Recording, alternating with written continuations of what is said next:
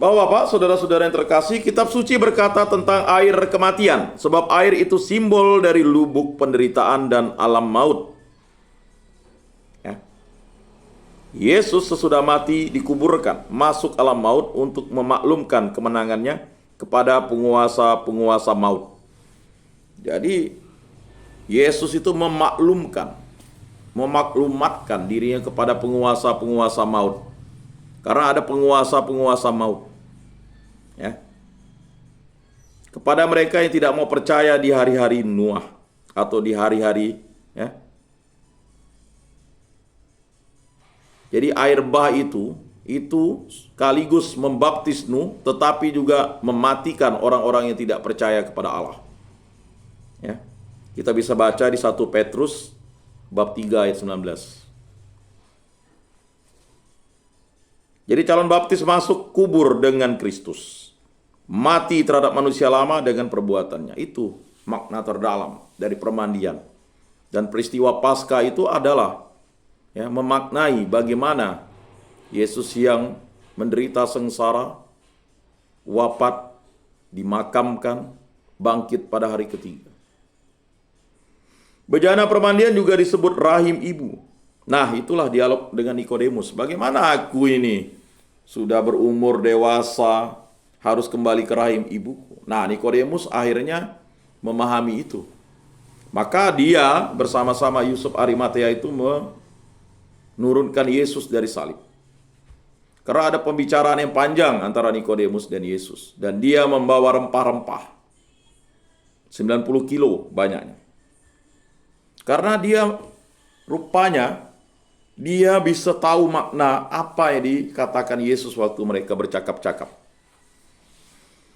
Jadi bejana permandian yang juga disebut rahim ibu, yaitu rahim ibu gereja, dari mana calon dilahirkan sebagai anak umat Allah. Jadi kalau orang dibaptis itu, dia dilahirkan kembali dari rahim Allah, ya, atau rahim ibu gereja.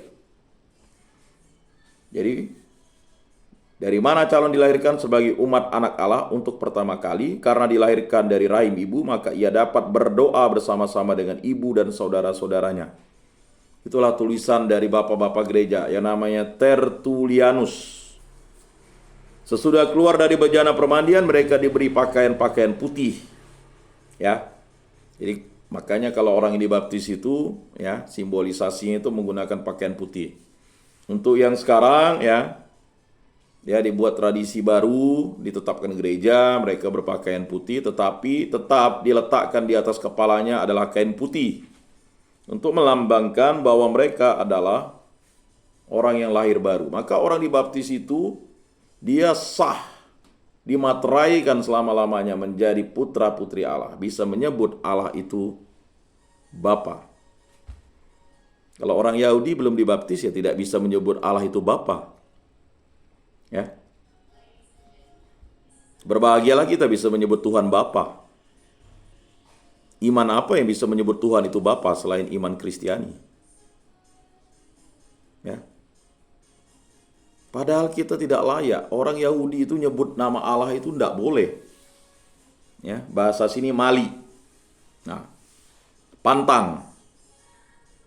Ya. Jadi Bapak-bapak, saudara-saudara yang terkasih, sadarlah. Kesadaran itu dibangun bukan karena harus dipaksa, tetapi disadarkan oleh Roh Kudus bahwa kita ini adalah milik Kristus dan kembali kepada Kristus. Kejahatan yang ada dalam pikiran kita, dalam perkataan dan perbuatan kita itu harusnya ketika kita sudah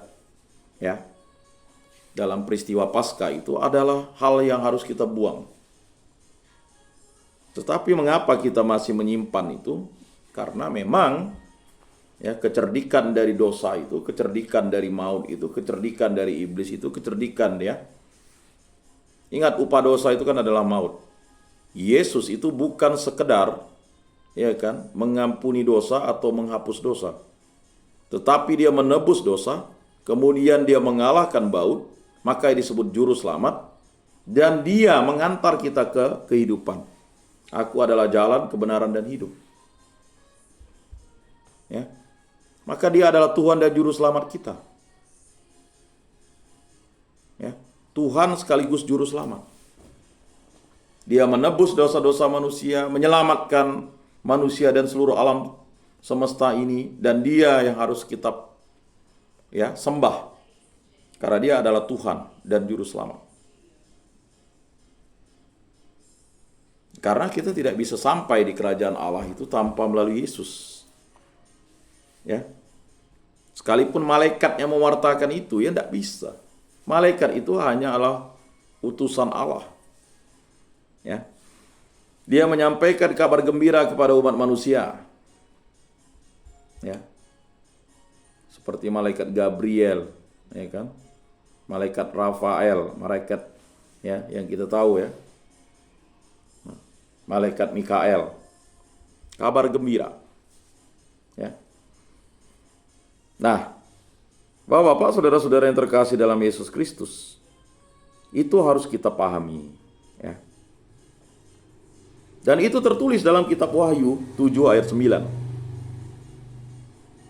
Jadi setelah keluar dari bejana permandian, mereka diberikan pakaian-pakaian putih, pakaian Adam yang suci, dan juga disebut pakaian suci dari Allah yang terpilih di masa depan. Wahyu 7 ayat 9. Dibaca di Wahyu 7 ayat 9. Berdiri di hadapan tahta dan di hadapan anak domba, memakai jubah putih dan memegang daun-daun palem di tangan mereka. Jadi pekan suci itu adalah suatu pekan di mana kita menyembah Yesus Kristus sebagai Tuhan dan Juru Selamat kita, sebagai Tuhan Raja Agung kita, ya, sebagai Raja alam semesta, sebagai Sang Pencipta. Dialah Sang Firman, Sang Logos, Alfa dan Omega, ya. Dialah anak manusia itu, dialah anak domba Allah. Maka ada doa, anak domba Allah yang menghapus dosa dunia, kasihanilah kami. Anak domba Allah yang menghapus dosa dunia, kasihanilah kami. Anak domba Allah yang menghapus dosa dunia, berilah kami damai. Itulah permintaan kita. Karena ya, kekuasaan dan kekuatan Allah itu maha dahsyat dan tidak bisa dilukiskan oleh kata-kata. Hanya bisa diselami oleh iman yang diberikan Allah kepada kita. Itulah iman yang hidup dan harapan yang kuat dan cinta yang ikhlas. Itu syaratnya. Maka tadi, hidup kita ini adalah anugerah, hidup kita ini adalah panggilan, hidup kita ini adalah perutusan. Jadi Bapak-bapak, ya, mengapa Bapak-bapak berada di tempat ini?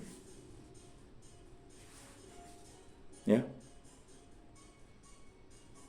Anugerah Allah itu sering kita sia-siakan. Sama seperti bangsa Israel yang berjalan ya kan di padang gurun, diberikan mana dari surga, burung puyuh, diberikan keteduhan, diberikan air, ya kan, diberikan yang namanya perlindungan dari dipatuk ular, dari binatang buas. Sebelumnya diberikan perlindungan supaya tidak dibinasakan oleh tentara-tentara Firaun itu. Ya. Kemudian dilindungi dari segala badai pasir, ya, sengatan matahari. Tetapi mereka masih ingin menjadi pelacur. Jadi kita itu kalau berdosa itu adalah pelacur.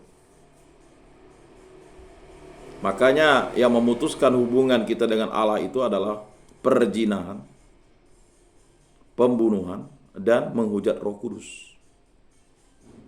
Menghujat Roh Kudus tidak diampuni. Itu adalah orang-orang yang tidak mau menerima Yesus Kristus sebagai Tuhan dan Juru Selamat, dan dia menjadi antikristus.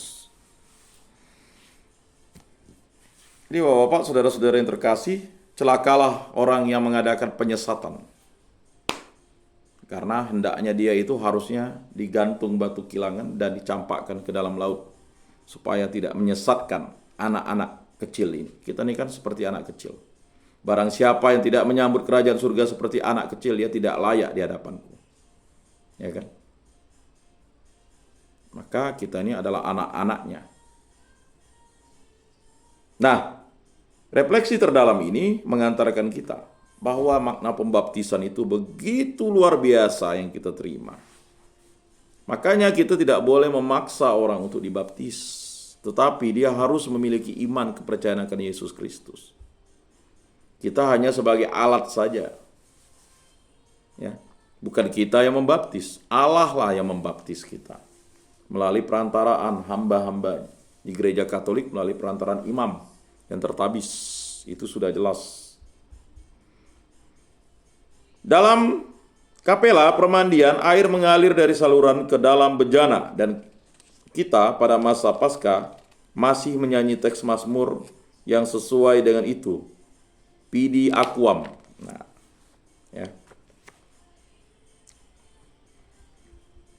Dahi ditandai dengan tanda salib, dan tanda itu disebut sapragis, sapragis atau materai atau stempel. Jadi dahi kita ini ada tanda salibnya. Makanya itu disebut dengan baptis curah, itu cukup di dahi saja dicurahkan atau di kepala untuk menandakan itu. Dan semuanya menjadi murni kembali. Diperingatkan bahwa anggota tentara diberi tanda-tanda atau tanda cacah, tatoering. Jadi kalau tentara dulu tuh dikasih tato dia. Jadi banyak yang bertanya itu, tato itu sebenarnya apa? Tato itu adalah tatoering itu tanda cacah yang diberikan. Jadi makanya kalau misalnya orang Dayak itu ada bunga terong, itu banyak yang tidak memahami tato. Ada yang tidak bertato. Tato itu sebenarnya dikhususkan untuk tentara. Pada zaman Romawi itu ada. Kalau di Dayak itu kan diberi tato itu kan dia itu berarti memiliki yang namanya kemampuan bela diri atau kemampuan menjadi tentara penjaga untuk melindungi masyarakat. Bukan untuk ngegap. Punya tato lalu jadi preman. Aduh. Kalau di kampung kami yang punya tato itu, kalau 3 malam tidak mati, kata kakek saya dulu ini saya cerita Makanya daerah kami itu tidak bertato. Kalau bertato itu dianggap orang sakti. Makanya orang Iban tuh bertato di leher. Ini bertato hanya untuk malak orang, preman, aduh. Makanya kalau di daerah kami tidak bertato itu. Kalau bertato itu kalau tidak dipulung orang, tidak disantet lalu dia tuh, itu tato itu ada isinya. Tidak sembarang itu tato bunga terong tuh. Banyak yang mati di tato bunga terong. Itu kan tanda kedewasaan seseorang. Sekarang tato sembarang tahap bahkan di sesuatu yang sebenarnya bukan untuk ditato pun ditato. Untuk apalah nato di situ? Mohon maaf, tato di bokong, tato di bagian-bagian vitalnya. Aduh.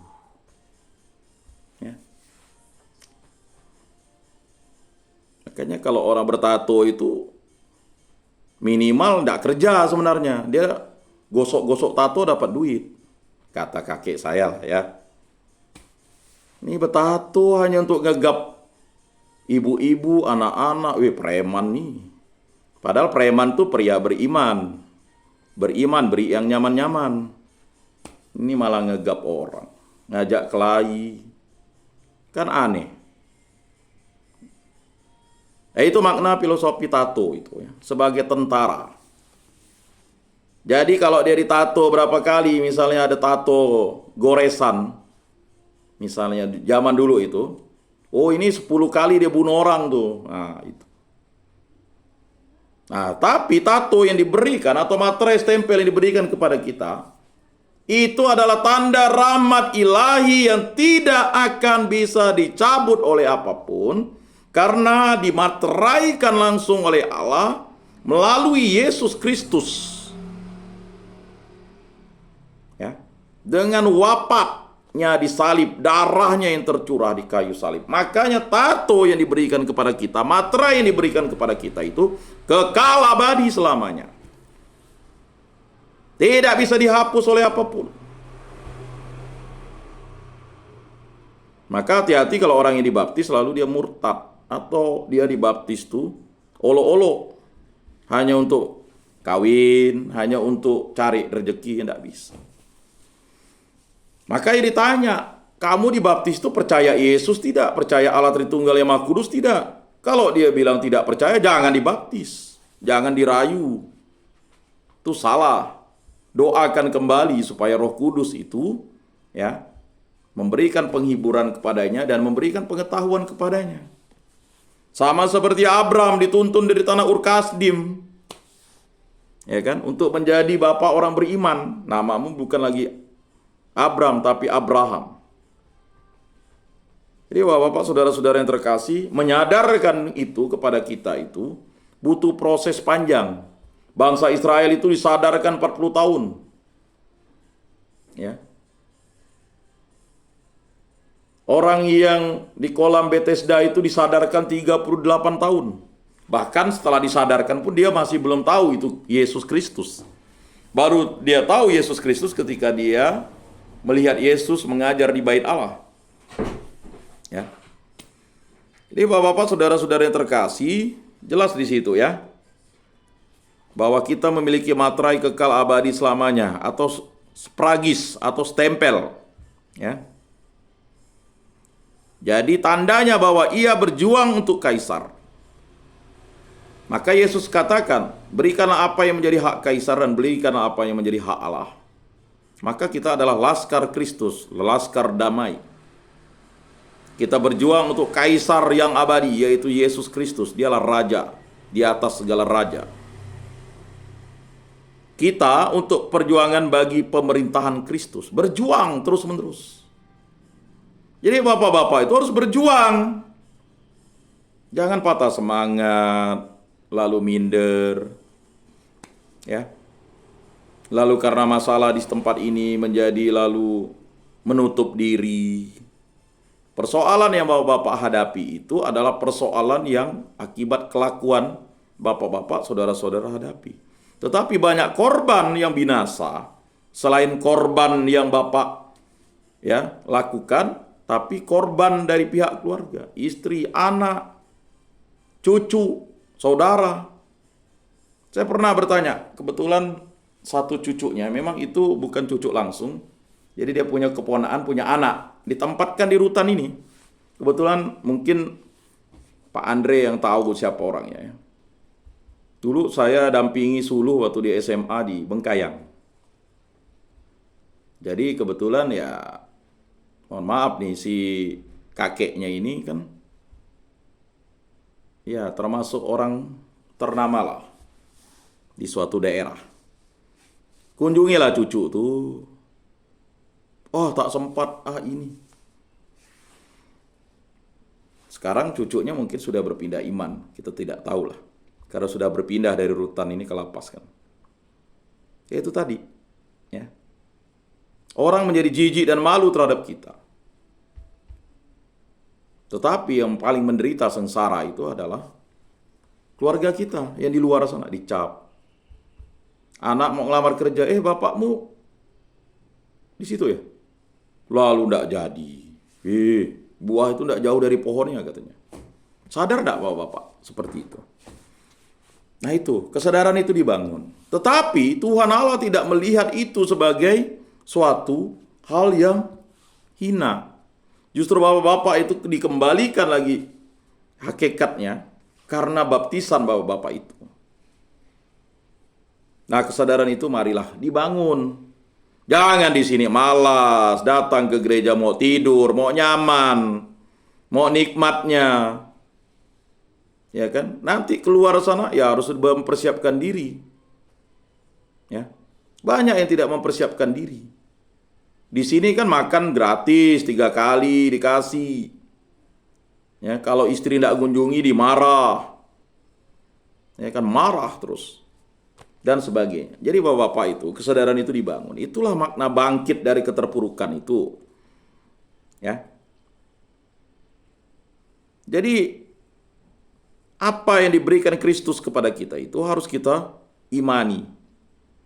Dan bahwa hamba diberi tanda, tandanya itu menunjukkan bahwa ia milik tuannya yang berhak atas dirinya, tetapi juga tanda perlindungan oleh tuannya.